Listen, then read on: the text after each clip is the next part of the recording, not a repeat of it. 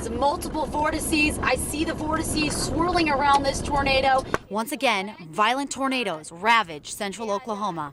It has a very violent motion associated with this. Photojournalist Kevin Josephy and I tracked one of the first tornadoes of the day between El Reno and Union City, west of OKC. This is a violent tornado. Small suction vortices danced around each other, a sign of a violent tornado in the making. Is there any way we can drop south? Because now it's moving south. Bands of rain quickly swept north of the multi-vortex wedge. And as the tornado crossed Highway 81, it made a sharp turn to the left. Okay, back up, back up, back up. We backed west to get out of the way, but suddenly the winds picked up behind us.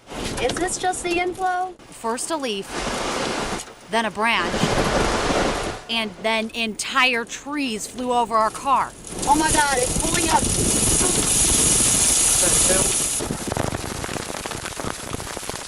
100+ mile-per-hour winds trashed our back windshield, likely from the rear flank downdraft. A little shaken, we drive south to check out the damage. Looking northwest, we spot another lowering. Which way is this moving, first of all? I don't want to get in it. A new mezzo has formed behind the main storm.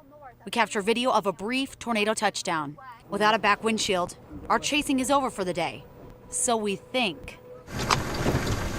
While backed up in traffic, we spot another weak tornado near the town of Minco. All right, guys, we got a tornado. Before we head back, helping hands of the Binger Fire Department patched our back window for the inevitably wet ride back to the station. A lightning show concludes another day of tornadic chaos for the Sooner State. With photojournalist Kevin Josephy, I'm meteorologist Emily Sutton, News Channel 4.